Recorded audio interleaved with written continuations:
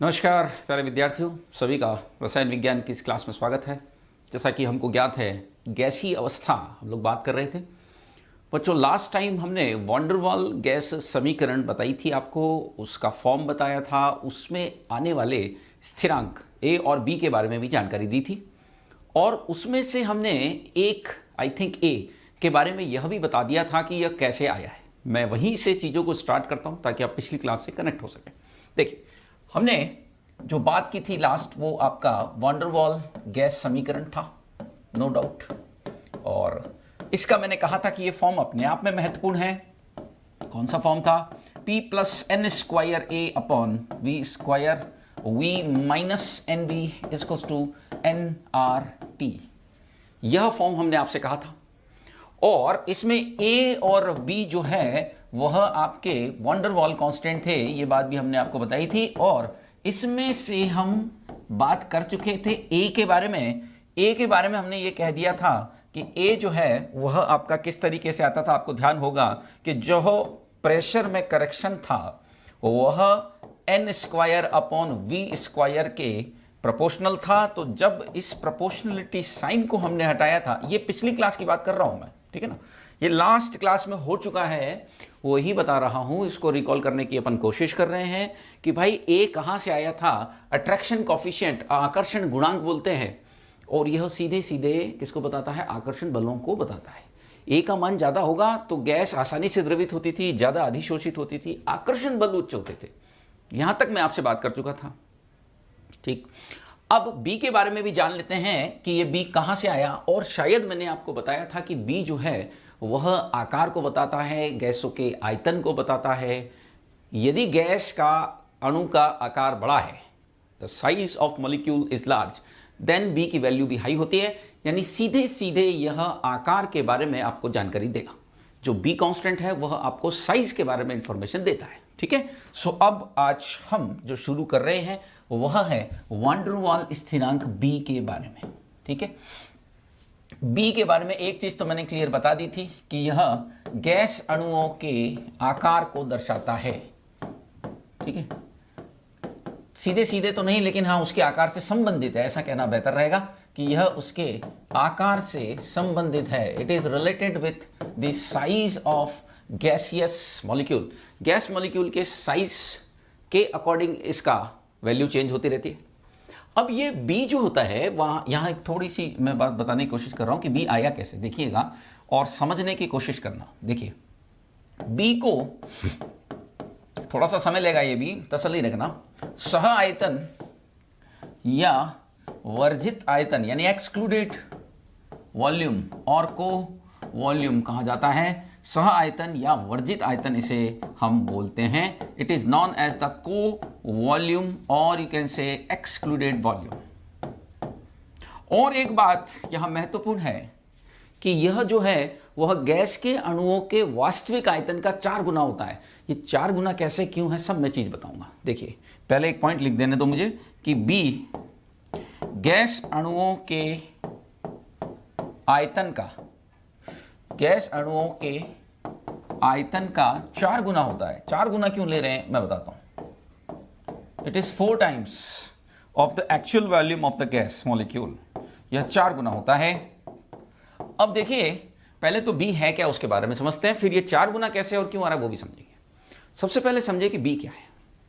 देखो बच्चों, क्या होता है कि आदर्श गैस के केस में जब हम आइडियल गैस की बात करते हैं, अभी चित्र से मैं समझा दूंगा, जब हम आइडियल गैस की बात करते हैं तो वहां गैस के अणुओं का आयतन तो कुछ लेते ही नहीं है, और हम ये कहते हैं कि जो पात्र का आयतन है वही उस गैस का आयतन है।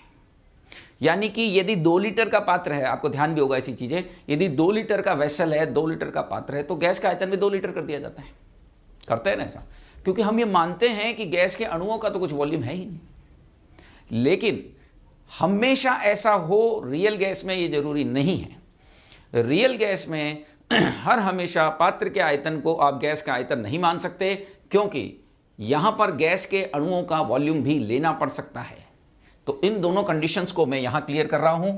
देखिएगा, पॉइंट के फॉर्म में जो बात कह रहा हूं समझिएगा। देखिए, आदर्श यदि गैस होती है आपकी, महत्वपूर्ण पॉइंट है कि आदर्श गैस हेतु हमने क्या माना था कि पात्र का आयतन ही, पात्र का वॉल्यूम ही किसके बराबर मान लिया जाता है? पात्र का आयतन ही गैस का आयतन माना जाता है। ठीक है, क्योंकि अणुओं का आयतन नगण्य होता है। क्लियर? गैस का आयतन माना जाता है क्योंकि क्या होता है? अणुओं का आयतन नगण्य होता है, अणुओं का वॉल्यूम नगण्य होता है।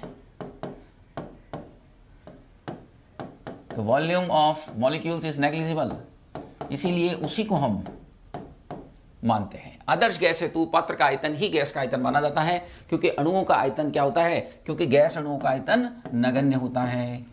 यानी मैं ऐसा कह सकता हूं कि V आइडियल, आइडियल मीन्स आदर्श, बराबर क्या होता है बेटा? V पात्र होता है, यानी कि V वेसल होता है लगभग, इसको हम बराबर मान सकते हैं। This is approximately equal to this one, दोनों बराबर मान लिए जाते हैं।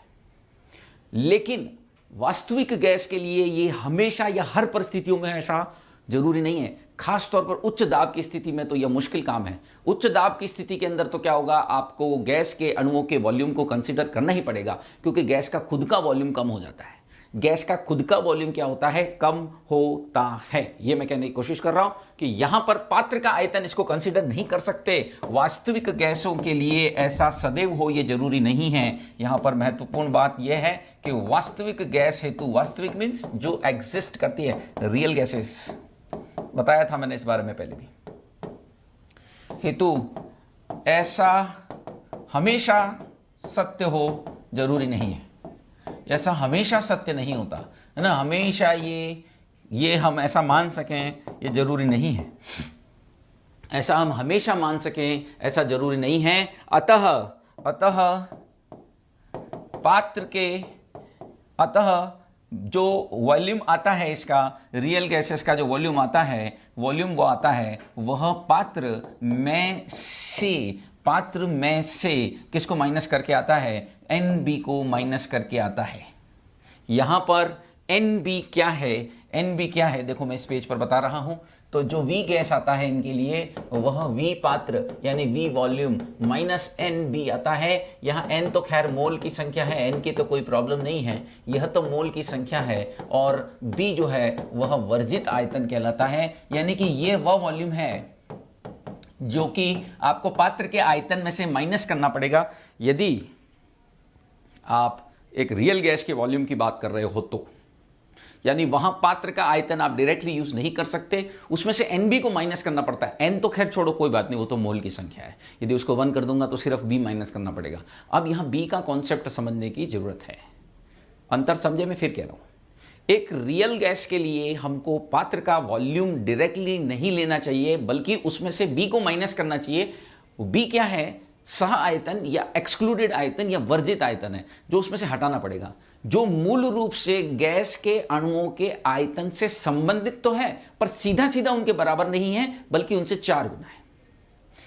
आप कहेंगे कि सर ये 4 गुना क्यों है? सीधे सीधे गैस के अणुओं का आयतन ही माइनस कर देते ना। गैस के एक अणु का आयतन, गैस के एक अणु का आयतन आपने माइनस क्यों नहीं किया? उसको 4 गुना क्यों लिया है? यह B जो है, देखिएगा ये B क्या है, मैं फिर बता दे रहा हूं। B गैस के अणुओं के आयतन का 4 गुना है, आयतन का 4 गुना है, 4 टाइम्स है। 4 गुना क्यों लिया है? 4 गुना होता है वो भी बता रहा हूं।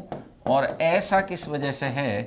ऐसा अणुओं की गति के कारण है, अणुओं की गति के कारण है। यानी कि हमने से सीधे सीधे माइनस क्यों नहीं किया अणुओं के आयतन को, उसका लॉजिक हम समझने की कोशिश कर रहे हैं। वाई इट इज सो कि हमने यहां सीधे सीधे माइनस नहीं किया, बल्कि हमने उसका 4 गुना हिस्सा क्यों ले रखा है, क्यों हमने यहां 4 गुना वाली बात कर रखी है, इसको भी समझने की जरूरत है। 4 गुना क्यों कह रहा हूं? देखिए बहुत सिंपल से उदाहरण से समझाता हूं, फिर इसको मैथमेटिकली हम डिराइव भी कर लेंगे, चिंता मत करो। पहले तो मैं इसका फॉर्मूला लिख देता हूं आपके लिए कि जो B का मान है बेटा वह 4 × 4/3 πr³ इंटू Na है। यानी कि 4/3 πr³ तो एक्चुअल एक अणु का आयतन होना चाहिए। 4/3 πr³ तो क्या है? गैस के एक अणु का आयतन होना चाहिए, उसका 4 गुना ले लिया, उसका 4 गुना ले लिया और उसमें Na से गुणा कर दिया तो वो प्रति मोल आ गया। ये प्रति मोल, Na तो प्रति मोल के लिए है, ये 1 मोल के लिए डिफाइन है बी, ये प्रति मोल के लिए है, ये 4 गुना लेना है और ये वास्तविक आयतन है। यानी जैसा मैं कह रहा हूं कि 1 मोल का, गैस के 1 मोल के अणुओं का आयतन यदि मैं लेता उसका 4 गुना है, गैस के 1 मोल के अणुओं के आयतन से 4 गुना है। ऐसा मैं कह सकता हूं कि नहीं? मैं ऐसा कह सकता हूं कि नहीं यहां पर कि गैस के 1 मोल अणुओं का आयतन कितना होता, मुझे बताइए। गैस के 1 मोल अणुओं का वॉल्यूम कितना होता? 4 नहीं आ गया, 4/3 pi r cube into Na होता कि नहीं होता? मुझे एक बात यहां क्लियर बताएं कि गैस के 1 मोल अणुओं का वॉल्यूम मुझे निकालना होता, गैस के 1 मोल अणुओं का मुझे वॉल्यूम मुझे निकालना होता तो वह 4/3 pi r cube into Na होता, उससे ये 4 गुना लिया जा रहा है। फिर बोल रहा हूं चीजों को, फिर इसको मैं समझा दूंगा। अभी तक जो बोला उसको वापस बता रहा हूं। देखिए, हम जब आदर्श गैसों की बात करते हैं तो यदि पात्र का आयतन 2 लीटर है तो हम उसका आयतन भी 2 लीटर कर देते हैं। यानी कि जो PV = nRT में जो V है वह पात्र का आयतन है, वह वेसल का वॉल्यूम है। लेकिन यहां पर आप डायरेक्टली उसको यूज नहीं कर रहे, बल्कि उस किसके अंदर, वॉन डर वाल में B - NB कर रहे हो, यानी कि उस आयतन में से कुछ आयतन घटा रहे हो। ये कुछ आयतन क्या है? ये कुछ आयतन किस वजह से घटा रहे हैं? ये गैस के अणुओं का वॉल्यूम है, जिसको हर बार नेग्लिजिबल नहीं माना जा सकता। रियल गैसेस के लिए इसको नेग्लिजिबल हर परिस्थिति में नहीं मान सकते, तो उस आयतन को भी लेना है। तो उसमें से डायरेक्टली हम गैस के अणुओं का आयतन ही घटा देते, उससे 4 गुना करके घटा रहे हैं, जिसको B बोला गया है। तो उसको भी समझने की कोशिश करो। देखिए, सुनिए, एक सिंपल से उदाहरण से बताता हूं, ठीक है। जैसे हम कहते हैं कि आमतौर पर 2 रूम, यदि 1 रूम बोल दूं, 1 रूम रहने के लिए कितने लोगों के रहने के लिए, एक आमतौर पर मैं बात करूं तो आपको लगता है कि उचित रहेगा 2 या 3 लोग ज़्यादा से ज़्यादा, ठीक है ना, कि भाई 1 रूम है, वो भी बड़ा हो तो, है ना, एक ठीक ठाक रूम हो, बड़ा रूम हो। मैंने कहा भाई कितने लोग इसमें रह सकते हैं, तो आप कहेंगे 2 रह सकते हैं, और ज़्यादा तो परेशानी थोड़ी बहुत झेलनी है तो 3 रह सकते हो। उससे ज़्यादा तो कहाँ से 1 रूम के अंदर लोग रहेंगे, है ना। 3 लोग मान लो, हाईएस्ट, हॉल की बात नहीं कर रही, एक सिंपल रूम जो आपके घरों में सब में होता है, उसमें 2 या 3 लोग रह सकते हैं। तो ये आपने कैसे पता लगाया कि 2 या 3 लोग रह सकते हैं? क्या यदि मैं वहां लोगों को सिर्फ खड़ा करना चाहूं, उस रूम में यदि मैंने कहा कि भैया मैं तो लोगों को खड़ा करना है खाली, तो क्या वहां 3 ही लोग खड़े रह पाएंगे? क्या वहां 2 ही लोग रह पाएंगे? नहीं। आप खड़ा ही करना चाहते हो तो 50 लोग कर लो। यदि आपको उस रूम में सिर्फ खड़ा करना है लोगों को, तो वहां 50 लोग खड़े हो जाएंगे। लेकिन रहने की बात हो रही है भाई, जब रहेंगे तो वो गति भी करेंगे, क्रियाकलाप भी होंगे, उनकी मूवमेंट भी होगी, उनको स्पेस चाहिए। तो हम ये नहीं कहते कि 50 लोगों को रहने के लिए 1 रूम बहुत होता है, खड़ा ही तो होना है। अरे भाई ऐसा नहीं है। वैसे ही गैस के अणुओं का वॉल्यूम जो है वो तो 4/3 pi r cube into Na है, लेकिन वो तो गति कर रहा है भाई, वो मूवमेंट कर रहा है, तो वह वास्तव में अपने आयतन का 4 गुना जगह घेरेगा। यानी मुझे 4 गुना अधिक स्पेस लेकर चलना पड़ेगा जब मैं उनके आयतन को ले रहा हूं, क्योंकि वो स्थिर नहीं है। जैसा मैंने उदाहरण से समझाया कि मुझे लोग खड़े नहीं रखने हैं वहां पर, उनको रहना है। रहेंगे तो गति तो करेंगे ही करेंगे, और जब वो मूवमेंट करेंगे तो आपको उनकी मूवमेंट को ध्यान में रखते हुए एरिया आपने बताया। आपने ये जो कहा ना कि 1 रूम में 2 या 3 लोग रह सकते हैं, उसमें आप ये मान के चल रहे हैं कि वो हिलेंगे डुलेंगे भी भाई, वैसे ही समझ रहे हो। तो यहां 4 टाइम्स, और अब ये प्रश्न भी उठ सकता है सर 4 ही क्यों, तो उसका भी हम बात करेंगे, उसके बारे में भी बात करेंगे। लेकिन ये तो कंफर्म मेरे ख्याल से आपको समझ में आ गया होगा कि डायरेक्टली हम उन अणुओं का वॉल्यूम नहीं ले सकते, हम सीधे सीधे उन अणुओं का वॉल्यूम नहीं ले सकते, हमको उसका 4 गुना लेना है। सीधे सीधे नहीं ले सकते, ये तो कंफर्म है। अब 4 गुना, 5 गुना, 6 गुना, वो हम देखेंगे। यहां तक क्लियर? मैंने क्या कहा, मैं फिर बोल रहा हूं बच्चों, आदर्श के लिए V पात्र को ही PV NRT में ले लिया जाता है, लेकिन जब रियल गैसेस की बात की जाती है तो उसमें सुधार की आवश्यकता होती है, उसमें इंप्रूवमेंट की जरूरत होती है। उस इंप्रूवमेंट को हम यहां पर सह आयतन बोल रहे हैं। उसमें पात्र के आयतन में, जैसा कि मैंने शुरुआती फर्स्ट पेज पे बताया था वॉन डर वाल गैस इक्वेशन में, कि जो वॉल्यूम था, ये पात्र का आयतन है, उसमें से कुछ घटा दिया गया है। यह जो परिवर्तन किया गया वो किसकी वजह से किया है? क्योंकि गैस के अणुओं का भी आयतन होता है, जिसको यहां नेग्लिजिबल हर परिस्थिति में नहीं मान सकते, सो उसको V - NB किया गया। द ओनली थिंग इज कि यहाँ V माइनस एन बी क्यों किया गया, क्योंकि गैस के अणुओं के वॉल्यूम को हम क्या चाहते हैं, माइनस करना चाहते हैं।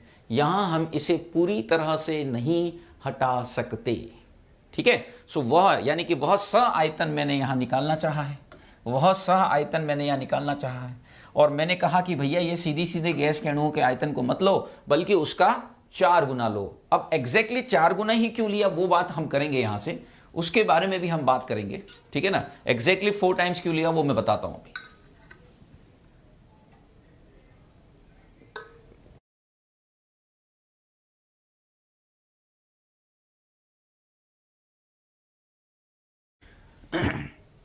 देखिए स आयतन ज्ञात कैसे करते हैं, हालांकि देखिए बहुत ज़्यादा आपके एग्जाम के हिसाब से कभी हमने नहीं देखा कि इतना इन डेप्थ जाकर के आपसे पूछा जाता हो। हाँ, ये जरूर पूछा जा सकता है कि कितना गुना होता है, फिर भी मैं यहाँ इसका एक्सप्लेनेशन भी शॉर्ट में थोड़ा सा, देखिए बहुत अधिक समय इस पर खर्च करने का मतलब नहीं है, क्योंकि जो एग्जाम ओरिएंटेड चीज़ नहीं उसमें अधिक समय हम नहीं लगा सकते। फिर भी मैं आपको बताने की कोशिश करता हूँ कि why we have taken this 4 times, why we have gone for 4 times. मान लेते हैं एक ये गैस का ये एक अणु है, ठीक है, ये केंद्र में उसके मान लेते हैं गैस का एक अणु है, इस तरह से मान लिया हमने। ये एक दूसरा अणु है। अब गैस के अणु तो अलग अलग तो होंगे नहीं, एक ही गैस की बात हो रही है तो वो सेम ही होंगे भाई, है ना। ये एक और अणु मैंने ले लिया। ये जो बीच की दूरी है इनकी, ये आपकी आर होगी, कॉमन सेंस ये क्या होगी, ये भी आर होगी। अब देखो बेटा, इस अणु के लिए मैं ऐसा कह सकता हूं कि इतनी जगह में कोई और अणु, इस अणु के अलावा कोई और अणु नहीं आएगा, क्योंकि ये अणु क्या गति कर रहा है, ये गति कर रहा है। क्या ये यहीं पर हो जरूर थोड़ी ना, ये इधर इधर इधर इधर किधर भी हो सकता है। तो इस पूरे वॉल्यूम को हम क्या बोलते हैं, वर्जित आयतन बोलते हैं। यानी एक तरह से मान लिख के चलिए कि इस आयतन में इन 2 अणुओं के अलावा कोई और अणु नहीं आता, ऐसा हम मान सकते हैं। यानी इसमें कुल मिला के इसमें भाई अणु चेंज हो जाए भले, लेकिन 2 ही अणु आएंगे, हम ऐसा मान रहे हैं, क्योंकि they are in a state of movement. ये स्थिर होते तो मैं बहुत सारे अणु यहां लगा देता, लेकिन ये गति की स्थिति में ये यहीं पर हो जरूरी नहीं है, ये इधर भी हो सकता है, इधर भी हो सकता है, इधर भी हो सकता है। तो इस वॉल्यूम को हम वर्जित आयतन लेते हैं। इन दोनों अणुओं के लिए ये आयतन ऐसा आयतन है जिसमें तीसरा कोई अणु नहीं आएगा, ऐसा एक कॉन्सेप्ट हम कंसिडर कर रहे हैं। सो ये वर्जित आयतन है। अब इसको निकालेंगे कैसे, तो देखिए मैं कह सकता हूं कि वर्जित आयतन प्रति 2 अणु, ये दोनों मॉलिक्यूल को मिला करके वर्जित आयतन प्रति 2 अणु यदि मैं काउंट करता हूं तो वह निश्चित तौर पर कितना होगा, 4/3 पाई 2r का होल क्यूब। क्यों भाई, क्योंकि ये 2r काउंट होगा ना। So this is coming out to be 4/3 pi 8r cube. अब मैं यदि वर्जित आयतन प्रति अणु बताऊं तो वर्जित आयतन प्रति अणु बताने पर क्या होगा, ये जो अभी बताया वो तो 2 अणु हैं, प्रति अणु यदि मैं बताता हूं तो क्या होगा, this is coming out to be 8 into 4/3 pi r cube divide by 2 कर दूंगा, कॉमन सेंस। सो ये कितना आ रहा है actually, 4 into 4/3 pi r cube. तो आप देख रहे हैं कि ये 4 गुना आ गया है। जो एग्जैक्ट वॉल्यूम है उसकी जगह, जो एक्चुअल वॉल्यूम है उसकी जगह यह कितना गुना है, उसकी जगह यह 4 गुना है। So this is 4 into 4/3 pi r cube. I hope you got that point कि ये वह वर्जित आयतन है, यह वह वॉल्यूम है जिसमें कोई और अणु एंटर नहीं करेगा इन 2 के अलावा। ऐसा इसलिए कंसिडर किया गया क्योंकि they are in a state of movement, ये गति कर रहे हैं। सो प्रति 2 अणु यदि वर्जित आयतन निकाला जाए तो वह 8 इंटू 4/3 पाई आर क्यूब आता है, लेकिन प्रति अणु निकाला जाए तो डिवाइड बाई 2 कर देंगे तो वो 4 इंटू 4/3 पाई आर क्यूब आता है। इसका मतलब जो एक्चुअल वॉल्यूम है उसका 4 गुना आयतन आपको सबस्ट्रैक्ट करना पड़ेगा, माइनस करना पड़ेगा, तब आपकी कौन सी इक्वेशन बनेगी, तब आपकी इक्वेशन बनती है वंडरवॉल गैस इक्वेशन। ठीक है, वंडरवॉल गैस समीकरण तब आपको प्राप्त होती है। यहां पर दोनों ही सुधारों के बारे में बात की जा चुकी है। एक सुधार आपका दाब वाला था जो हमने पहले ही चर्चा कर ली थी। यह सुधार कौन सा है, आयतन वाला है जिसमें V माइनस एन बी आ गया है। क्या आप समझ रहे हैं? उम्मीद है चीज़ को आप जान रहे होंगे, समझ रहे होंगे। दोनों ही कांस्टेंट के बारे में मैंने बता दिया है। प्रश्न किस तरह से आते हैं वो भी हम पिछली क्लास के अंदर चर्चा कर चुके थे। ए और बी पर आधारित सवाल, ए का ऑर्डर जरूर याद रख लेना, उनकी इकाइयाँ, क्या बताता है ए, क्या बताता है बी, कुछ भी संभव है। ठीक, अब यहां से अगले टॉपिक की तरफ हम मूव कर रहे हैं और वह है संपीड्यता गुणांक। यह भी जुड़ा हुआ है हालांकि इसी वॉन डेर वाल से, ठीक है ना, इसी अनादर्श व्यवहार से, यानी कि आदर्श व्यवहार से विचलन। इसको हम बोलते हैं बेटा compressibility factor. It is known as compressibility factor और इट इज रिप्रेजेंटेड बाई, इसको किससे बताया जाता है? इसको बताया जाता है बेटा जेड से। इसको हम जेड से दिखाते हैं। इसको हम कंप्रेसिबिलिटी फैक्टर यानी कि जेड से दिखाते हैं। It is expressed by Z, इसको हम जेड से दर्शाते हैं। अब क्या है जेड देखिए और समझिए कि इसकी जरूरत क्या है इसको पढ़ाई करने की। देखिए इंटरेस्टिंग टॉपिक है, जेड थोड़ा सा मेहनत मांगेगा आपसे। सबसे पहली बात तो मैं इसका सूत्र लिखता हूं कि भाई जेड बराबर पीबी अपॉन एनआरटी होता है। ये तो सुना हुआ लग रहा है। अब z equals to PB upon nRT, तो यहीं पर एक प्रश्न बन जाता है कि यह आदर्श गैस के लिए इसका मान क्या होगा। बहुत ही आसान सवाल है, उम्मीद है सभी बच्चे कमेंट भी इसके बारे में कर सकते होंगे। आप क्या सोच के बता सकते हैं कि आदर्श गैस के लिए मैं आपसे पूछ लूं कि z की वैल्यू क्या होगी, तो बिल्कुल बता सकते हो आप। कैसे? कॉमन सेंस से कि भैया आदर्श गैस हेतु क्या होता है, आदर्श गैस के लिए कौन सी इक्वेशन फॉलो होती है? पीवी इक्वल्स टू एनआरटी होती है उसके लिए। तो पीवी इक्वल्स टू एनआरटी होता है तो फिर कॉमन सेंस है z बराबर क्या होगा? 1 होगा। आदर्श गैस के लिए तो पीवी इक्वल्स टू एनआरटी होगा ना, होगा। अरे फिर वो और कौन फॉलो करेगा, ये भी नहीं करेंगी तो। यानी पीवी इक्वल्स टू एनआरटी होता है और z इक्वल्स टू 1 होता है, सबसे पहली बात। अब यानी कि मेरे को एक गैस दे दी जाए और उसके लिए कहा जाए कि z का मान जो है वह इकाई से कम है या इकाई से ज़्यादा है, 1 से कम है या 1 से ज़्यादा है, तो वह आदर्श व्यवहार से विचलन दर्शाएगी, ऐसा पता चल जाएगा मुझे। Deviation from ideal behaviour, deviation from ideal behaviour का पता मुझे किससे लग सकता है? z का मान। यदि मुझे किसी गैस के लिए z की वैल्यू दे दी जाए, चाहे वो 1 से कम हो चाहे 1 से ज़्यादा हो, तो मैं पता लगा सकता हूँ ना कि वो आदर्श व्यवहार नहीं दर्शा रही। समझे हैं उपयोगिता z की? यानी मैं ये कह सकता हूँ, यह महत्वपूर्ण बिंदु माना जाएगा कि यहाँ पर मैं लिख रहा हूँ कि z आदर्श व्यवहार से, z वास्तविक गैसों का, यू कैन से रियल गैसेस के लिए,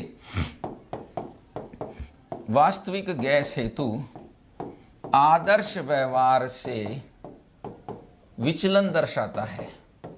ठीक है, आदर्श व्यवहार से विचलन को दर्शाता है। क्यों? यदि इसका मान इकाई नहीं है तो इसका मतलब वो आदर्श व्यवहार भी नहीं है। तो इस चाहे वो 1 से कम हो 1 से ज़्यादा हो, उससे फर्क नहीं पड़ रहा। इट इज़ हायर देन 1 और less than 1 is not the matter, वो कोई इशू नहीं है। इसका मान 1 से ज़्यादा भी हो सकता है, इसका मान 1 से कम भी हो सकता है, लेकिन इसका मान 1 नहीं है। ये बात दर्शाती है कि भैया आपकी जो गैस आपने जो ली है वह आदर्श गैस नहीं है, वह विचलन दर्शा रही है, वह डेविएशन शो कर रही है। तो इसीलिए z की उपयोगिता मानी जाती है।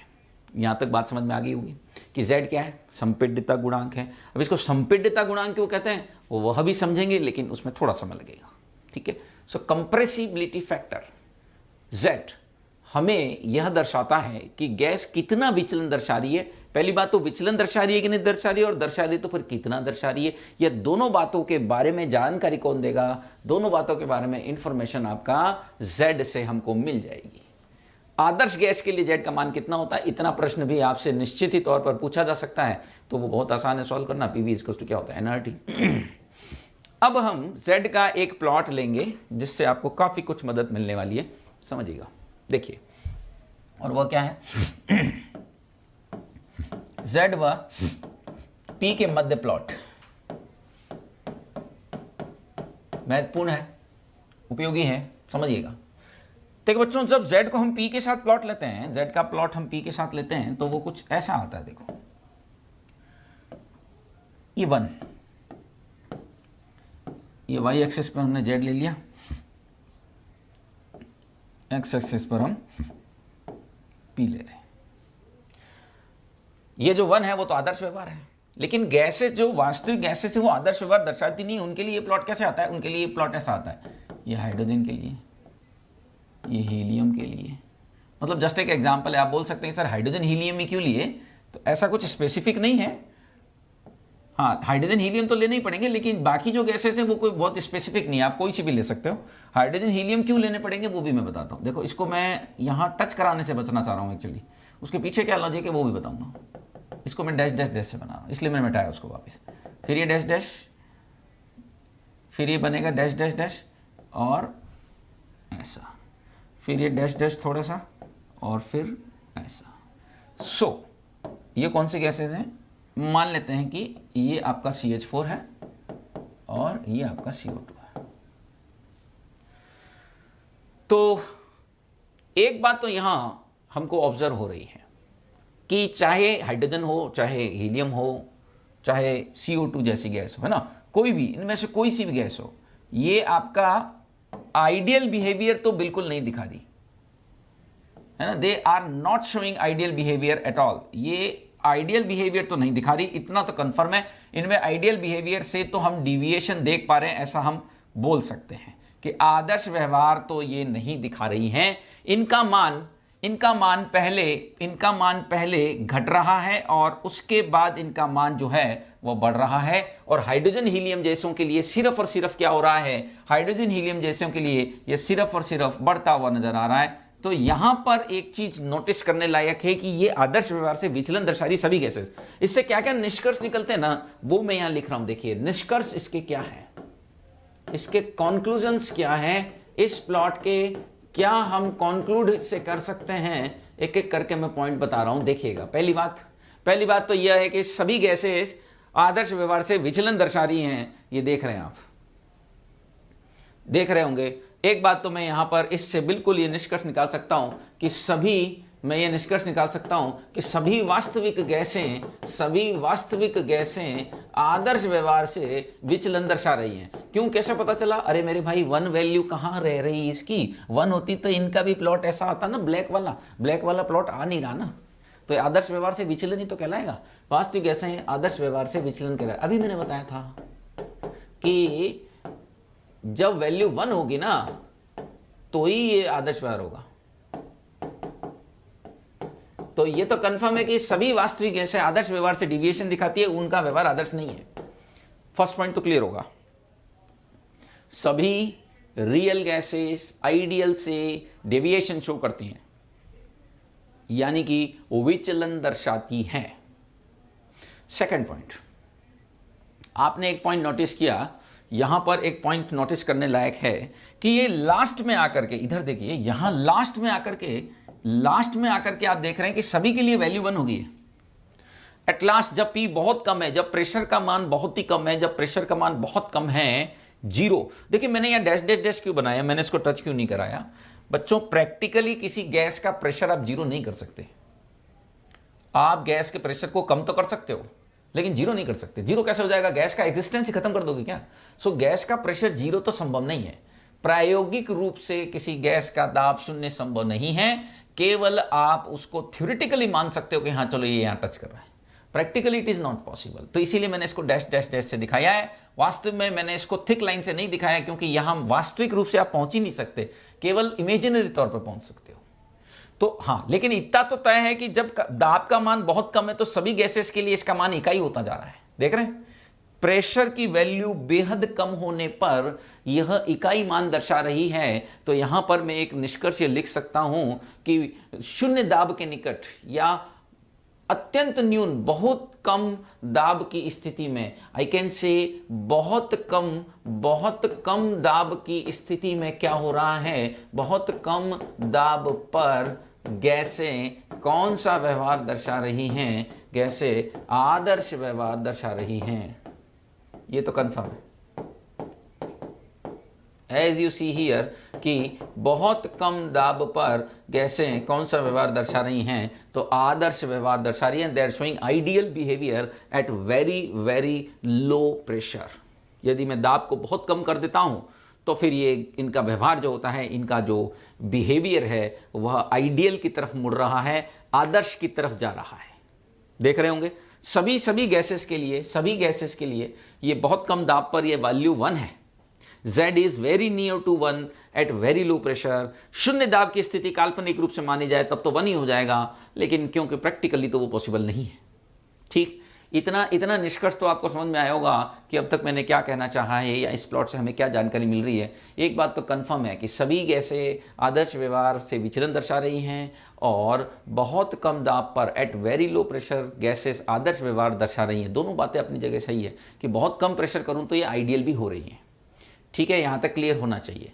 अब आप देख रहे हैं कि हाइड्रोजन और हीलियम जैसी गैसों का व्यवहार अलग है और CH4 और CO2 जैसी गैसों का व्यवहार अलग है। तो मैं इसको यदि पॉइंट के रूप में ऐसे मेंशन करते जाऊं कि क्या क्या निष्कर्ष निकलते हैं, सो this is first, this is second, और तीसरा पॉइंट मैं CO2 जैसे व्यवहार को समझाने की कोशिश करता हूं। तो देखिए तीसरे पॉइंट के रूप में CO2 व CH4 जैसी गैसों के लिए देखिए, थर्ड पॉइंट में CO2 व CH4 जैसी गैसों हेतु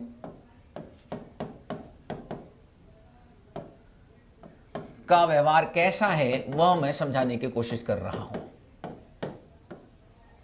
तो इनका व्यवहार आप नोटिस कर रहे होंगे कि यदि इनके बिहेवियर की मैं बात करता हूं तो वो थोड़ा सा हाइड्रोजन हीलियम वालों से तो भिन्न है। क्यों? वह ऐसा व्यवहार है, इट इज लाइक दैट।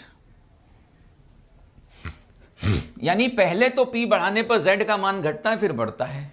दो तरह के ट्रेंड दिखाई दे रहे हैं ना, तो इसमें यहां पर मैं लिख रहा हूं कि ये दो तरह का व्यवहार दर्शाती हैं। They are showing two different type of behavior। ये दो तरह का व्यवहार दर्शा रही हैं। कौन सी दो तरह का है? पहला है कम दाब पर, लो प्रेशर कंडीशन में। देखो बच्चों, जब आप कम दाब की स्थिति में हो और प्रेशर बढ़ा रहे हो, देखो मैं दो कंडीशंस की बात कर रहा हूं, बहुत ध्यान से यहां समझिएगा। जितना भी कंसंट्रेशन लेवल आप कर सकते हैं अपना खुद का, उतना करके और इस चीज को, इस टॉपिक को समझने की जरूरत है। थोड़ा सा ये टॉपिक मेहनत मांगता है, बच्चे इमोशनल हो जाते हैं इसके अंदर, सो कृपया करके पूरी कंसंट्रेशन के साथ समझने की कोशिश करें। अगले आधा घंटा क्रूशियल है। देखिए, मैं ये कह रहा हूं कि जब हम दाब बढ़ा रहे हैं तो Z का मान यहां दो तरीके से बदलता दिख रहा है। पहले तो Z का मान इकाई से कम है, स्टार्टिंग में तो ये इकाई से कम है, फिर इकाई से ज़्यादा भी है, इकाई से कम है, इकाई से ज़्यादा भी है। अच्छा, पहले ये कम हो रहा है फिर बढ़ रहा है, कम हो रहा है फिर बढ़ रहा है। दो तरह के ट्रेंड दिखाई दे रहे हैं। तो जब हम कम दाब की स्थिति के अंदर, जब हम कम दाब की स्थिति में दाब बढ़ाएंगे तो आपको अलग व्यवहार दिख रहा है, और जब आप उच्च दाब की स्थिति में दाब बढ़ा रहे हैं तो अलग व्यवहार दिख रहा है। अरे दाब तो दोनों ही केस में बढ़ रहा है, ये देखो दाब तो दोनों ही केस में बढ़ रहा है। लो प्रेशर में भी दाब बढ़ा रहे हैं, हाई प्रेशर होने पे भी दाब बढ़ा रहे हैं। आप बोल सकते हैं सर ऐसा कैसे हो रहा है, ये क्या हो रहा है, लो प्रेशर हाई प्रेशर? देखिए बहुत सिंपल सी चीज़ है। 100 में से 10 नंबर आए तब भी मार्क्स बढ़ सकते हैं। 100 में से 90 नंबर आए, 90 का स्कोर कर दिया आपने, तब भी मार्क्स बढ़ सकते हैं। मार्क्स तो दोनों स्थितियों में बढ़ा सकते हैं ना। एक कम मार्क्स से मार्क्स बढ़ाएं, एक हायर मार्क्स से मार्क्स बढ़ाएं। वैसे ही यहां पर हो रहा है। एक तो आप कम दाब की स्थिति से दाब बढ़ा रहे हो, और एक आप हायर प्रेशर की स्थिति से प्रेशर बढ़ा रहे हो। सो पहले मैंने क्या लिखा है, कम दाब पर दाब बढ़ाने से क्या हो रहा है, तो देखिएगा Z का मान, सीधी बात है यहाँ क्या हो रहा है, जब मैं P बढ़ा रहा हूँ, समझ जाओगे ना इसे, जब मैं P का मान बढ़ा रहा हूँ तो देखो बेटा V तो कम होगा ही होगा, ये तो कन्फर्म है कि गैस का आयतन तो कम होगा ही होगा। लेकिन ये Z का मान कम होना क्या बताता है, देखो बहुत ध्यान से समझिएगा इसको। Z बराबर क्या होता है बेटा, PV/nRT होता है। अब मुझे समझाइए, देखिए समझिए क्या कह रहा हूँ मैं। P बढ़ेगा, बहुत ध्यान से समझना, P बढ़ेगा। बॉयल ने क्या कहा था कि यदि ये स्थिर हो, क्योंकि हम N और T तो बदल नहीं रहे, R वैसे ही स्थिर होता है, तो जब मैं P बढ़ाता हूँ, मैं P को दुगना करता हूँ, तो मेरे भाई V जो है, जब मैं P को दुगना करता हूँ तो V आधा हो जाना चाहिए था और Z कांस्टेंट होना चाहिए था। As per Boyle's law, as per ideal gas condition, आपको ये बात समझ में आ रही है कि प्रेशर को दुगना करने पर वॉल्यूम आधा हो जाना चाहिए था, तो Z क्या रहना चाहिए था, कांस्टेंट रहना चाहिए था। पर क्या यहाँ पर कांस्टेंट रह रहा है? बिल्कुल नहीं रह रहा। क्या हो रहा है, Z का मान घट रहा है। अरे भाई ऐसे कैसे, दाब बढ़ाया फिर भी Z कम हो, दाब बढ़ाने पर भी Z कम हो, इसका सीधा मतलब है कि जो V है वह बहुत कम हो गया होगा। आप समझने की कोशिश करें जो पॉइंट मैं कह रहा हूं, मैं फिर से ध्यान दे रहा हूं। देखिए जब आप P बढ़ाते हैं, मान लेते हैं आपने P को 4 गुना कर दिया, यदि V 1/4 हो जाता तब तो मामला बैलेंस रहता, z के मान में कोई अंतर नहीं आता। लेकिन क्या ऐसा हो रहा है या नहीं हो रहा? z का मान घट रहा है। अब z का मान कब बढ़ सकता है? जब मैं इस p को बढ़ाऊं, और वॉल्यूम जितना बॉयल लॉ ने कहा था उससे भी ज्यादा घट जाए, तब z का मान घटेगा। यानी निष्कर्ष ये लिख सकते हैं ना कि जो v रियल आएगा वह छोटा आएगा v आइडियल से। v आइडियल बोल लो या फिर बॉयल बोल लो, v बॉयल भी बोल सकते हो। जो बॉयल नियम ने कहा उस नियम की तुलना में आयतन और भी कम आ रहा है। इस निष्कर्ष को समझना बहुत जरूरी है भाई, और यही निष्कर्ष बच्चों को इमोशनल करता है। मैं फिर कह रहा हूं कि यहां पर हो क्या रहा है, कम प्रेशर की स्थिति के अंदर जब मैंने प्रेशर बढ़ाया, जब मैंने यहां दाब बढ़ाया, जब हमने प्रेशर को इंक्रीज किया तो भी कम हुआ। प्रेशर बढ़ाने से भी कम होता, उसमें नई बात क्या है? अरे नई बात यह है कि वह एग्जैक्टली उतना ही कम होता है जितना प्रेशर बढ़ाया, या नहीं। यदि मैं प्रेशर को 4 गुना करूं और वॉल्यूम 1/4 हो जाए, जब तो फिर आदर्श व्यवहार हो गया, फिर तो कोई चिंता का विषय है ही नहीं। यदि मैं प्रेशर को 4 गुना करूं और वॉल्यूम 1/4 हो जाए तो फिर व्यवहार आदर्श हो गया ना, बॉयल नियम का पालन कर रहे हैं। लेकिन यहां पर ऐसा नहीं हो रहा। यहां क्या हो रहा है? जब प्रेशर को मैं 4 गुना कर रहा हूं तो वॉल्यूम 1/4 से भी नीचे चला जा रहा है, तभी तो z का मान घट रहा है। यानी v real is less than क्या आएगा? v आइडियल आएगा। और मुझसे कोई ये पूछे कि भैया ये व्यवहार क्या पता चलता है कि इस समय गैस ज्यादा संपीड्य है कि कम संपीड्य है, मैं क्या कमेंट कर सकता हूं इसके बारे में कि यहां पर अर्थात इस समय वास्तविक गैस, इस समय जो वास्तविक गैस है वह आदर्श से अधिक संपीड्य है, वह आदर्श से अधिक संपीड्य है। इसीलिए नाम दिया गया है कंप्रेसिबिलिटी फैक्टर। संपीड्य समझते हो ना? संपीड्य मतलब आप इतना कितना कंप्रेस कर सकते हो, कितना वॉल्यूम उसका घटा सकते हो। सो यहाँ वॉल्यूम में काफ़ी कमी आ चुकी है, यहाँ वॉल्यूम बहुत घट चुका है, तो वास्तविक गैस आदर्श से अधिक संपीड्य है। यहाँ पर ये मैं कहना चाह रहा हूँ that this behaviour shows very clearly कि यहाँ पर जो आदर्श गैस है वो बहुत ज़्यादा संपीड्य है। किसकी तुलना में?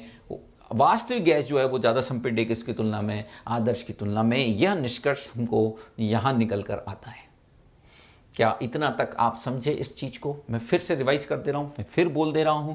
देखो बेटा, CO2 और CH4 जैसी गैसों के व्यवहार को 2 भागों में बांटा जा सकता है। पहली चीज, पहला व्यवहार यह है कि जब आप कम दाब से दाब बढ़ाते हो, कम दाब से यानी कि लो प्रेशर से आप प्रेशर इंक्रीज करते हो, जब आप कम दाब से दाब बढ़ाते हो तो z का मान घट रहा है, z का मान इकाई से कम है। यह बात स्पष्ट रूप से दर्शा रही है कि v बहुत कम हो गया होगा, v जो है वो बहुत कम हो गया होगा। और ऐसी परिस्थिति के अंदर, ऐसी परिस्थिति में गैस जो है वो ज़्यादा संपीड्य है, इट इज़ मोर कंप्रेसिबल। और एक बात यहाँ मैं कह सकता हूँ कि यहाँ कौन से बलों की प्रधानता है? यहाँ पर आकर्षण बलों की प्रधानता है। आकर्षण बलों की प्रधानता को ये शो करता है, डोमिनेंसी को शो करता है।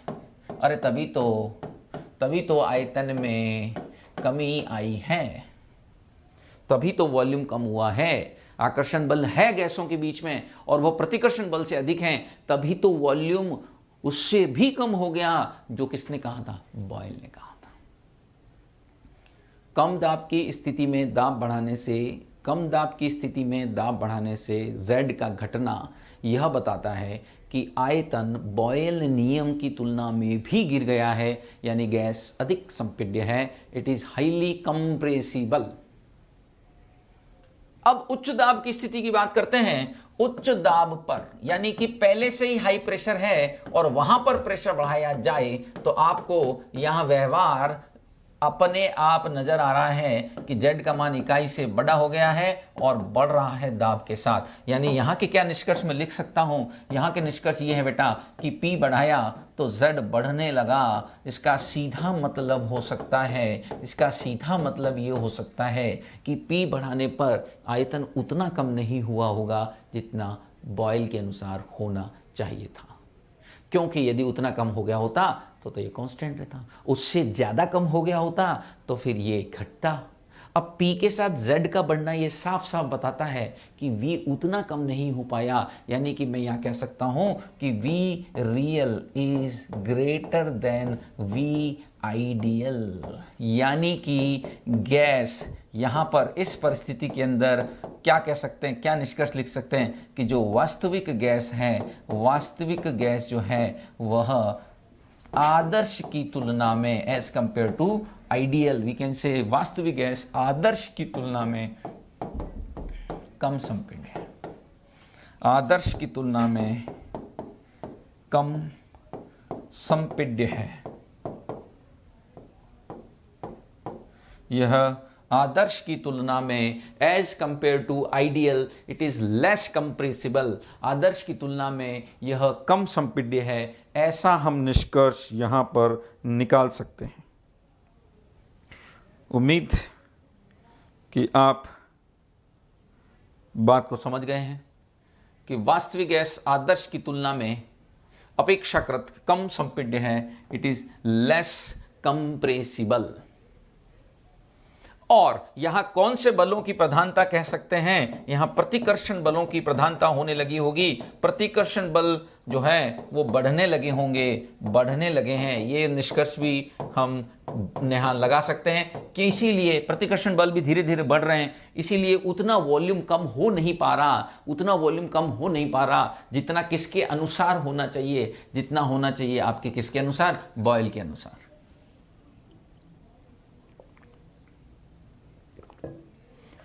तो यहां फिलहाल हमने ये देखा कि दोनों ही परिस्थितियों के अंदर वह आयतन नहीं आ पा रहा, दोनों ही परिस्थितियों में वह वॉल्यूम नहीं आ पा रहा जो किसने कहा था, बॉयल ने। अरे तभी तो इसे आदर्श व्यवहार से विचलन कहा जाता है, deviation from ideal behaviour. Why we call it as deviation from ideal behaviour, because of this reason, इस कारण से मैंने इसको आदर्श व्यवहार से विचलन बोला है, क्योंकि यहां बॉयल के अनुसार, अरे भाई बॉयल नियम भी तो एक हिस्सा है ना आदर्श गैस समीकरण का, तो बॉयल ने जितना कहा ना कि भैया आपका आयतन कम होना चाहिए, उतना आयतन कम हो नहीं रहा, या तो उससे भी ज्यादा घट रहा है या उससे कम घट रहा है। हाँ, ये वह बिंदु कह सकते हैं, यह वह पॉइंट है, ये वो पॉइंट है जहां पर आकर्षण बल किसके बराबर होंगे, प्रतिकर्षण के। इसलिए व्यवहार कैसा है, यहां पर आदर्श है, यहां वैल्यू 1 टच कर रही है ना इस परिस्थिति के अंदर, तो ये आदर्श व्यवहार की स्थिति कह सकते हैं। और अब हम बात करते हैं किसकी, हाइड्रोजन और हीलियम जैसों के लिए तो कुछ अलग ही व्यवहार है। तो H2 व He गैस का व्यवहार आप देख रहे हैं कि इनका जो बिहेवियर है वो तो टोटली डिफरेंट है, वो तो अपने ही अलग है। कैसे, ये इसके लिए यदि मैं इस प्लॉट को बनाता हूं तो ये जो प्लॉट आ रहा है वह ऐसा आ रहा है, इस तरह का व्यवहार है इनका। तो इसका मतलब Z का मान बढ़ता ही चला जा रहा है, Z का मान 1 से ऊपर ही ऊपर है, यानी ये गैसें हमेशा आदर्श गैसों से कम कंप्रेसिबल होगी, यानी उनसे कम संपीड्य होगी। Z का उच्च मान दर्शाता है कि गैस कम संपीड्य है। देख रहे हैं कैसे, देखो दाब में जब हम वृद्धि कर रहे हैं ना, दाब में वृद्धि कर रहे हैं ना, तो Z का मान बढ़ता ही जा रहा है, Z का मान हमेशा 1 से क्या है, बड़ा ही बड़ा है। इसका मतलब इनके लिए जो V रियल यानी कि इनका जो आयतन है वह कभी भी उतना नहीं होगा जितना आदर्श रूप से आना चाहिए। इसका मतलब मैं कह सकता हूं कि H2 व He गैस आदर्श गैसों से प्रत्येक परिस्थिति में, है ना, आदर्श गैस से कम संपीड्य ही है, यानी इनमें आकर्षण बल कोई बहुत ज्यादा नहीं है। इसका सीधा मतलब यह है कि इनमें आकर्षण बल अधिक प्रबल नहीं है, अधिक प्रबल आकर्षण बल नहीं होने की वजह से ऐसा हो रहा है। सीधा सीधा मैं लॉजिक भी लिख सकता हूं कि अत्यंत न्यून या न्यून आकर्षण बलों के कारण ऐसा होता है। Why we can conclude like that, क्योंकि यहां आकर्षण बल कम है, सो यू कैन से न्यून आकर्षण बलों के कारण यहां पर ऐसा निष्कर्ष लिखा जा सकता है। सो देखिए, कुल मिला के बात यह सामने आई कि दो तरह का व्यवहार गैसें दिखा रही हैं, या तो Z का मान इकाई से कम है या तो Z का मान इकाई से ज्यादा है। Z का मान या तो बढ़ रहा है या तो घट रहा है, जबकि as per your ideal gas equation या आदर्श व्यवहार यदि कोई फॉलो करती ना, तो Z का मान क्या आना चाहिए था, 1 ही आना चाहिए था। बात समझ में आई? उम्मीद है यहाँ तक आप बात को समझ रहे होंगे। जो मैं कहना चाह रहा हूँ कि हाइड्रोजन व हीलियम जैसी गैसों का व्यवहार और भी अलग है बाकी गैसों से। सो अभी तक मैंने क्या बताया? अभी तक हमने ये बताया बच्चों कि जब हम Z और P के बीच का प्लॉट लेते हैं तो उसकी वैल्यू कायदे से 1 आनी चाहिए, लेकिन ये 1 आती नहीं दिखती, ये 1 दिख नहीं रही। इसका कारण क्या है कि ये 1 नहीं दिख रही? इसका कारण ये है कि ये गैसें आदर्श व्यवहार नहीं दर्शा रही। इससे रिलेटेड कुछ क्वेश्चंस देखते हैं। देखिए कैसे प्रश्न आते हैं। एक प्रश्न ये काफी पॉपुलर है, it's a very important question. प्रश्न आता है, कौन सी परिस्थितियों में, अंडर विच कंडीशंस, बहुत इंपॉर्टेंट प्रश्न है, वास्तविक गैस यानी कि रियल गैस आदर्श व्यवहार दर्शाती है। देखिए वास्तविक गैसें आदर्श तो नहीं बनती, लेकिन उनके समान व्यवहार तो दर्शा सकती है थोड़ा बहुत, ठीक है ना। तो आदर्श हो गया, तो आदर्श व्यवहार दर्शाती हैं। आइडियल बिहेवियर कौन सी परिस्थिति में शो करती हैं? पूछा यह गया है कि कौन सी परिस्थितियों के अंदर ये आइडियल बिहेवियर शो करती हैं। पहली परिस्थिति है, the first condition is come ताप उच्च दाब, है ना, दोनों एक साथ हैं। दूसरी, उच्च ताप उच्च दाब, क्या वो परिस्थिति हम मान सकते हैं? तीसरा, कम ताप कम दाब, कम ताप कम दाब, क्या हम इसको वो परिस्थिति मान सकते हैं?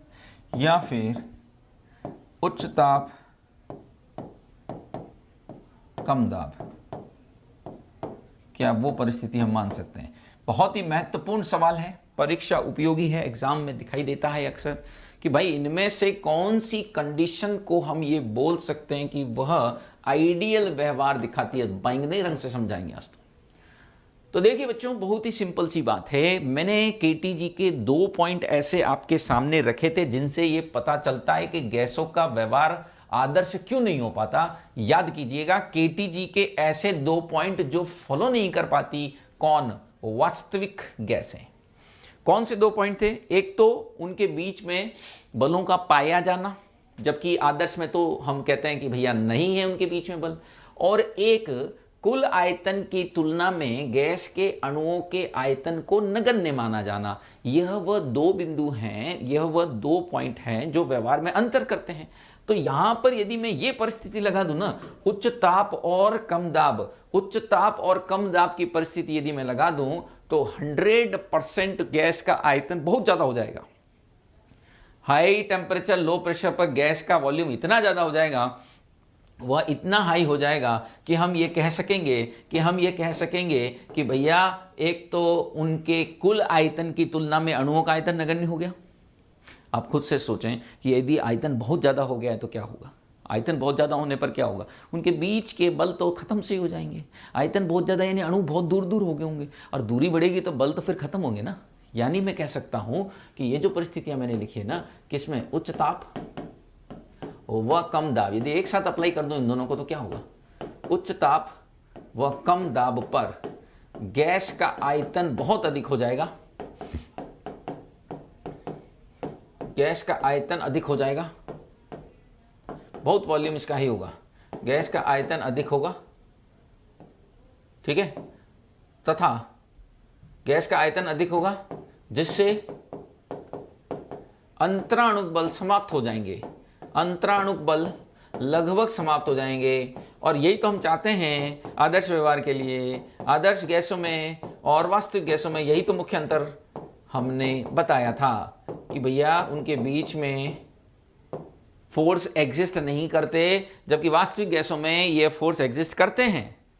तो यही तो अंतर हमने समझाया था, यहीं से तो हमने डिफरेंस क्रिएट करना शुरू किया था कि भैया इनमें बेसिक डिफरेंस क्या होता है। तो मान के चलें कि जब आप हाई तो टेम्परेचर रखोगे और लो तो प्रेशर रखोगे तो गैसों का आयतन इतना ज़्यादा हो जाएगा कि वह किस व्यवहार की तरफ मुड़ जाएंगी? They are moving towards the ideal behaviour, यानी उनका जो व्यवहार है वह कैसा होने लग जाएगा? आदर्श होने लग जाएगा। तो उम्मीद है इस प्रश्न का तात्पर्य आप समझे होंगे। अब आगे बढ़ते हैं, नेक्स्ट बढ़ते हैं। नेक्स्ट बढ़ते हैं अगले प्रश्न, ये भी अच्छा है, दोनों ही इंपॉर्टेंट क्वेश्चन थे। प्रश्न ये है, यदि किसी गैस है, तो कोई गैस है हमारे पास यहाँ पर, और उस गैस के लिए Z का मान इकाई से कम है, लेस देन 1, Z का मान इकाई से कम हो तो उसका STP पर मोलर आयतन होगा, मोलर वॉल्यूम एट STP पूछा है, यानी कि STP परिस्थिति के अंदर उसका वॉल्यूम कितना होगा, ये हमसे पूछा गया है। What is the volume of the gases at STP condition, STP परिस्थिति के अंदर उसका आयतन कितना होगा। अच्छा प्रश्न है ये, पहले IIT के अंदर आया हुआ प्रश्न है। हमने कहा कि 22.4 लीटर होगा। मोलर आयतन समझते हो ना, मोलर आयतन उसको VM से दर्शाते हैं यार, एक मोल का आयतन मेरे भाई। या ये लेस देन 22.4 लीटर है, या फिर ये ग्रेटर देन 22.4 लीटर है। तीन ही ऑप्शन बहुत है, बताइए इनमें से कौन सा ऑप्शन हम करेक्ट माने इस प्रश्न की दृष्टि में, ध्यान में रखते हुए कि Z का मान जो है वह इकाई से कम है। Your Z value is actually here less than 1, Z का मान इकाई से कम है, तो उसका STP पर मोलर वॉल्यूम क्या होगा, यह आपसे पूछा गया है। तो देखिए बच्चों, STP पर आदर्श गैस का मोलर वॉल्यूम कितना होता है, मुझे बताइए। STP पर आइडियल गैस का VM कितना होता है, VM मतलब मोलर वॉल्यूम, अरे वही तो होता है 22.4 लीटर है, तो बताया हुआ अनंत बार, इसको तो हमने अनंत बार बताया हुआ आपको कि STP पर आइडियल गैस का जो VM होता है, STP पर जो आदर्श गैस का जो आयतन होता है वो 22.4 लीटर होता है। ये हम भली और भांति जानते हैं कि STP पर आइडियल गैस का जो वॉल्यूम होता है वो 22.4 लीटर होता है। और Z का मान, यहाँ Z का मान 1 से कम है, Z का मान 1 से कम है, इसका सीधा मतलब क्या होगा, Z का मान 1 से कम है, इसका मतलब जो V रियल है वो रियल अपेक्षा, Z का मान 1 से कम है तो V रियल अपेक्षाकृत किससे होगा, V आइडियल से। और V आइडियल क्या है STP परिस्थिति के अंदर, अरे अभी तो पढ़ाया था ये मेरे भाई कि V रियल का मान V आइडियल से कम होता है यदि Z का मान इकाई से कम होता है। सो ये V रियल इसका मतलब किससे कम हो जाएगा, 22.4 लीटर से। देखिए गैस ज़्यादा संपीड्य है ना, Z का मान इकाई से कम है, नीचे वाला मामला चल रहा है यहाँ पर कि Z का मान इकाई से कम है तो गैस ज़्यादा संपीड्य है, यानी उसका आयतन 22.4 नहीं होगा जो कि आदर्श के लिए होता है, उससे कम होगा। 22.4 लीटर से जो वॉल्यूम है वह कम आने वाला है। 22.4 लीटर से वॉल्यूम कम क्यों आने वाला है, आप बात को समझ रहे हैं कि मैं यहाँ क्या कहना चाह रहा हूँ बेटा। Z का मान, यह IIT का प्रश्न है, ठीक है ना, कि Z का मान यदि इकाई से कम हो तो STP पर उसका मोलर वॉल्यूम क्या होगा। तो STP पे मोलर वॉल्यूम वैसे क्या होता है नॉर्मल कंडीशन में, what is the molar volume of a gas at STP, 22.4। और यहां कह रहे हैं कि 1 से कम है, Z का मान 1 से कम है, 1 से कम है इसका मतलब सीधा 1 से कम है, इसका सीधा मतलब क्या हो गया, 1 से कम है इसका सीधा मतलब हो गया कि V real is less than V ideal, यानी कि जो आना चाहिए ना आइडियली, जो आइडियली आना चाहिए उसकी तुलना में कम है। जो आइडियली आना चाहिए, आइडियली कितना आना चाहिए, 22.4 लीटर। तो 22.4 लीटर से यह वॉल्यूम कम हो जाएगा, 22.4 लीटर से यह आयतन कम हो जाएगा, ऐसा हम कह सकते हैं इस प्रश्न में दी गई कंडीशंस के आधार पर। समझे कि यदि इसी प्रश्न के अंदर Z का मान भाई 1 से ज्यादा होता तो क्या होता, तब भी वो 22.4 लीटर तो बिल्कुल नहीं आ सकता था, क्योंकि 22.4 लीटर तो Z बराबर 1 होने पर होना चाहिए। सो यहां पर भी हम कहते हैं कि वह आदर्श गैस से क्या दर्शा रही है, विचलन दर्शा रही है। और उस समय हम ये कह सकते थे कि जो आयतन होगा वह 22.4 लीटर से ज्यादा आता, यानी इसी क्वेश्चन के अंदर आपका आंसर जो होता वो 22.4 लीटर से अधिक वाला हो जाता था, 22.4 लीटर से उच्च वाला उत्तर हो जाता यदि प्रश्न ऐसा देते कि भैया Z का मान इकाई से क्या है, बड़ा है। Z के मान को हम 1 यदि कहेंगे तो वो 22.4 लीटर आएगा, 1 से बड़ा यदि कहेंगे तो 22, देखिए 22.4 ही क्यों कह रहा हूं, क्योंकि STP लिया हुआ है हमने यहां पर। हमको जो परिस्थिति दी गई है वह एसटीपी की दी गई है। अब एसटीपी की दी गई है तो फिर निश्चित ही तौर पर हम कह सकते हैं कि एक आदर्श गैस के लिए एसटीपी पे जो वैल्यू होती है वो 22.4 होती है। अब उससे ये कह रहे हैं कि भैया कम है कि ज़्यादा है, तो वह z के मान पर क्या कर रहा है, वह z के मान पर निर्भर कर रहा है। ठीक है ना। एक चीज और, एक क्वेश्चन और यहां देख सकते हैं, देखिएगा प्रश्न को समझिएगा कि z हेतु सही सूत्र है, z का सही सूत्र क्या है इनमें से। तो पहला है बेटा PV अपॉन nRT, क्या ये सही है। दूसरा है बेटा V real upon V ideal, क्या ये सही है। या फिर 1 व 2 दोनों सही हैं, या फिर 1 व 2 दोनों नहीं, इनमें से कोई नहीं। कौन सा आंसर यहां आप कहेंगे कि सत्य माना जाएगा, इनमें से कौन सा ऑप्शन करेक्ट माना जाएगा। तो बेटा फर्स्ट वाला तो हम सबको पता ही है कि करेक्ट है, लेकिन यहां समझने वाली बात है कि सेकंड फॉर्मूला भी सही माना जाता है, यानी first and second both are correct, दोनों ही सही है। यानी z को हम ये भी कह सकते हैं कि v real upon v ideal. इस रेशो को कैसे देखो, बहुत सिंपल सी बात है। देखो फर्स्ट केस क्या होता है बेटा, z is less than 1, z is less than 1 होता है, मैंने प्रूव किया है। z इज लेस देन 1 होता है तो उस समय क्या होता है बेटा, v रियल छोटा होता है ना v आइडियल से। निश्चित तौर पर z का यह सूत्र भी वैलिड है कि यह v वास्तविक अपॉन v आदर्श का अनुपात है। सेकंड ऑप्शन z का मान 1 से बड़ा, z का मान इकाई से बड़ा। जब इसका मान इकाई से बड़ा होगा तो यह v real is greater then क्या आएगा, v आइडियल आ जाएगा। v real is greater then क्या आ जाएगा, v आइडियल आ जाएगा यदि z का मान इकाई से बड़ा हो। यदि z का मान इकाई से बड़ा हो, z का मान 1 से बड़ा हो, तो v real is greater than v ideal आ जाएगा। तो स्पष्ट रूप से यहाँ हम बोल सकते हैं कि z को हम v real upon v ideal का अनुपात भी बोल सकते हैं। बाकी PV अपॉन nRT उसमें तो कोई बड़ी बात नहीं है। PV is equals to nRT वह तो हमने शुरुआत से ही बताया है, यही तो बेसिक सूत्र हमने हर बार बताया है कि z का फॉर्मूला PV अपॉन क्या होता है, nRT होता है। लेकिन इसके अलावा एक सूत्र और यहाँ हमने कहा कि भाई इसका सूत्र V वास्तविक, रियल मीन्स क्या होता है, वास्तविक होता है, अपॉन आइडियल यानी कि आदर्श। इस अनुपात को भी हम निश्चित ही तौर पर क्या बोल सकते हैं, z बोल सकते हैं। ठीक है, तो ये z के लिए एक और प्रश्न जो हमने डिस्कस किया। उम्मीद है यहाँ तक बातें आपको क्लियरली समझ में आ गई होंगी कि मैंने क्या कहना चाहा है। मैं इसको फिर से एक बार सारी चीज़ों को क्विक रिवाइज करा देता हूँ। थोड़ा सा समझने का पोर्शन है, थोड़ा सा यह टाइम मांगेगा आपसे, ठीक है ना, थोड़ी सी मेहनत लगेगी बच्चों इसके अंदर, इसलिए मैं इसके रिवीजन पर भी थोड़ा सा ध्यान वापस से दे रहा हूँ। देखिए हमने क्या चीज़ डिस्कस की आज। हमने बात यहाँ से शुरू की थी मेरे भाई कि जो वंडरवाल गैस समीकरण है वह बेसिकली वंडरवाल जो गैस समीकरण है उसमें 2 कांस्टेंट आए थे, एक आया था A, एक आया था B।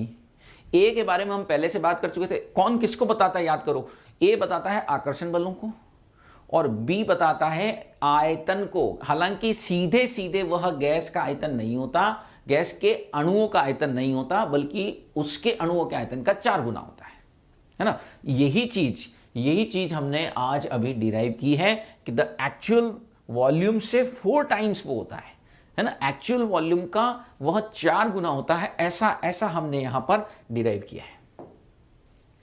बी के बारे में हमने आज भी डिटेल बात की। पहले थोड़ा बहुत इंट्रोडक्शन तो हालांकि दे दिया था कि गैस के अणुओं के आकार से ये संबंधित है और इसको हम सह आयतन भी बोलते हैं या एक्सक्लूडेड वॉल्यूम। वर्जित आयतन का मतलब होता है एक्सक्लूडेड वॉल्यूम। ये वो वॉल्यूम है जो एक तरह से पात्र के आयतन में से हमको माइनस करना पड़ेगा, क्योंकि गैस का आयतन वहां पात्र के आयतन के बराबर नहीं माना जा सकता, क्योंकि उसके अणुओं के आयतन को भी वहां से क्या करना पड़ता है, माइनस करना पड़ता है। अणुओं के आयतन को डायरेक्टली नहीं बल्कि उसका 4 टाइम्स। हाँ, आदर्श गैस के लिए हम कह सकते हो कि जो है वो पात्र के बराबर रख सकते हैं। यानी कि बच्चों जो PV इक्वल्स टू nRT के अंदर V लेते हैं वो क्या होता है, PV इक्वल्स टू nRT में लिया गया V वास्तव में किसका आयतन होता है, पात्र का। और यहां रियल गैसेस के लिए जो हम ले रहे हैं वो V - N भी ले रहे हैं। उसके पीछे कारण क्या है वो मैंने आपको समझाया। ठीक है ना। एक चीज़ और है, एक चीज़ और यहाँ मैं डिस्कस करना चाहता हूँ जो उस दिन रह गई थी कि इसमें से ये जो है ना, ये n square a upon V square, इसको इंटरनल प्रेशर भी बोलते हैं, आंतरिक दाब। जैसे उसको को वॉल्यूम बोलते हैं, इसको इंटरनल प्रेशर बोलते हैं, आंतरिक दाब। दाब से जुड़ रहा है, क्योंकि ये दाब से जुड़ रहा है तो प्रेशर से जुड़ रहा है, तो ये एक तरह का प्रेशर ही होगा ना। देखिए ये आयतन में से घट रहा है तो आयतन ही डिफाइन होगा किसी न किसी तरह का, यह दाब में जुड़ रहा है तो ये किसी न किसी तरह का दाब ही डिफाइन होगा। सो बेसिकली इसको नाम दिया जाता है इंटरनल प्रेशर, आंतरिक दाब। हो सकता है अलग से भी कभी ये प्रश्न आ जाए, ठीक है ना, कि इंटरनल प्रेशर क्या होता है।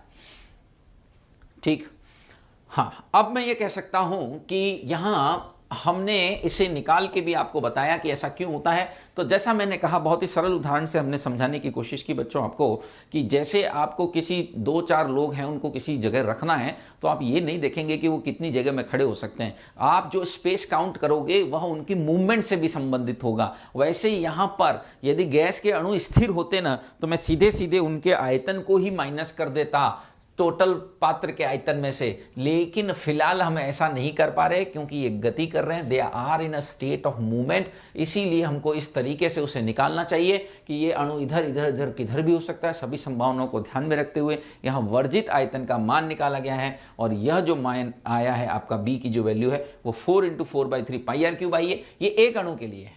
1 मोल के लिए निकालूंगा तो Na से मल्टीप्लाई कर देना चाहिए, और n मोल के लिए निकालूंगा तो n से मल्टीप्लाई करना चाहिए। सिंपल चीज है।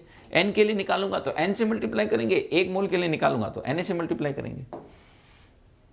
संपीड्यता गुणांक बहुत जरूरी, बहुत उपयोगी टॉपिक था। Z इक्वल्स टू क्या होता है, PV/nRT। और ये आदर्श गैस हेतु Z का मान, आदर्श गैस हेतु Z का मान इकाई होता है। Z वास्तविक गैस हेतु आदर्श व्यवहार से क्या दर्शाता है, विचलन दर्शाता है। वास्तविक गैस हेतु आइडियल बिहेवियर से डिविएशन शो करने वाला जो है उसका नाम Z है। ठीक है, वास्तविक गैस से विचलन दर्शाता है ये। आदर्श गैस हेतु PV = nRT होता है तो Z का मान 1 होता है। वास्तविक गैसों के लिए आपने यहाँ प्लॉट में देखा कि इसका मान 1 नहीं होता, बल्कि यह बदलता है, यानी कि 1 से कम भी हो सकता है, ज़्यादा भी हो सकता है। जितना कम जितना ज़्यादा उतना विचलन भी ज़्यादा होगा, ठीक है ना। उतना ही डिविएशन भी अधिक ही कहलाएगा, उतना ही डिविएशन जो है वह अधिक कहलाएगा। उम्मीद है बात समझ रहे होंगे। उतना ही डिविएशन जो है वो अधिक कहलाएगा। फिर हमने इसमें ये बात कही कि भैया यहाँ CO2 और CH4 के लिए 2 तरह का व्यवहार है। एक तो कम दाब से दाब बढ़ा रहे हो तब, और एक हाई प्रेशर से दाब बढ़ा रहे हो तब। 2 परिस्थितियां हैं। एक तो आप कम दाब से दाब बढ़ा रहे हो, लो प्रेशर से प्रेशर इंक्रीज कर रहे हो, और एक आप हाई प्रेशर से प्रेशर इंक्रीज कर रहे हो। 2 परिस्थितियां हो सकती हैं। पहले Z का मान इकाई से कम है और कम होता जा रहा है, बाद में Z का मान इकाई से ज्यादा है। पहले देखो Z का कम मान ये बताता है कि गैसें ज्यादा संपीड्य है, और इसका ज्यादा मान क्या बताता है कि गैसें कम संपीड्य हैं। ठीक है ना। तो यहां पर इससे कैसे लिया, फिर बोल रहा हूं, देखो प्रेशर बढ़ाया वॉल्यूम कम होगा, वो तो गारंटीड है, लेकिन कितना कम होगा, जितना बॉयल से कम होना चाहिए उससे भी घट गया तो Z घटने लग जाएगा। इसका मतलब बच्चों ये आपका ज़्यादा संपीड्य गैस होना बताता है, ज़्यादा संपीड्य है। इसका मतलब जितना आदर्श रूप से आना चाहिए उससे भी कम आपको आयतन मिल रहा है, और इसका उल्टा अपन को यहाँ देखने मिल रहा है हाई प्रेशर रीजन में। क्योंकि जब मैं यहाँ P बढ़ा रहा हूँ, Z बढ़ रहा है, इसका मतलब V उतना कम नहीं हुआ जितना कौन कह रहा था, बॉयल। V आइडियल का मतलब V बॉयल है ना, जो कि बॉयल ने कहा था। तो ये चीज़ पता चलती है भैया कि यहाँ पर Z का मान इकाई से अधिक इकाई से कम होना हमें क्या इन्फॉर्मेशन देता है। उम्मीद है आप समझ रहे होंगे कि हमें इससे क्या जानकारी यहाँ मिलती है, वह बात आप समझ रहे होंगे। फिर हमने हाइड्रोजन और हीलियम की बात की, तो इनका व्यवहार तो बिल्कुल ही अलग है। ये लगातार ही बढ़ता चला जाता है। ये लगातार ही इक्वेशन में यह बात पता चलती है, या इस प्लॉट से बात पता चलती है कि इट इज़ कॉन्टिन्यूसली इंक्रीजेस। ये लगातार क्या होता जा रहा है, बढ़ता जा रहा है, और ऐसा कम आकर्षण बलों के कारण है। इसका मतलब ये आदर्श गैसों से सदैव कम संपीड्य है। प्रश्न बन गया, इनमें से कौन सी गैसें आदर्श गैसों की तुलना में प्रत्येक परिस्थिति पर कम संपीड्य होती है? तो हाइड्रोजन और हीलियम। ये बहुत आसान प्रश्न था, लेकिन बहुत उपयोगी था कि उच्च ताप और कम दाब की स्थिति के अंदर गैसें आदर्श व्यवहार दर्शाती हैं। हाई टेम्परेचर व लो प्रेशर पर गैस का वॉल्यूम ज़्यादा होगा, जिससे अंतराणु बल लगभग समाप्त हो जाएंगे। ऐसी परिस्थिति में व्यवहार आदर्श हो जाएगा। फिर हमने बात की कि भाई z का मान इकाई से कम है, तो इससे क्या आइडिया लगेगा, इससे ये आइडिया लगेगा कि गैस का आयतन जो आदर्श गैस का होता है उसकी तुलना में कम होना चाहिए, यानी ये 22.4 से कम आएगा आंसर आपका। Z का एक और सूत्र हमने यहाँ पर डिस्कस किया, डिराइव किया, that is V real upon V ideal. Yes, ये भी करेक्ट है कि इसका जो सूत्र होता है वह रियल अपॉन आइडियल कहला सकता है। उसको आप इन कंडीशन में पुट करके देख भी पा रहे होंगे। इन कंडीशन में जब मैं इस वैल्यू को पुट कर दे रहा हूँ, जब मैं इस मान को रख दे रहा हूँ, तो मुझे स्पष्ट रूप से नजर आ रहा है कि Z का मान इकाई से कम होगा तो इसका मतलब V real is less than V ideal, इकाई से ज़्यादा होगा तो V real is greater than V ideal आएगा। ठीक है बच्चों, सो उम्मीद है ये सारी चीज़ें आपको क्लियर हो गई होंगी और इसको हम आगे भी कंटिन्यू करेंगे। मोस्ट प्रोबेबली नेक्स्ट क्लास के अंदर इसे कंप्लीट करने की कोशिश करेंगे। फिलहाल आज के लिए इतना ही बच्चों। Thank you for watching, bye.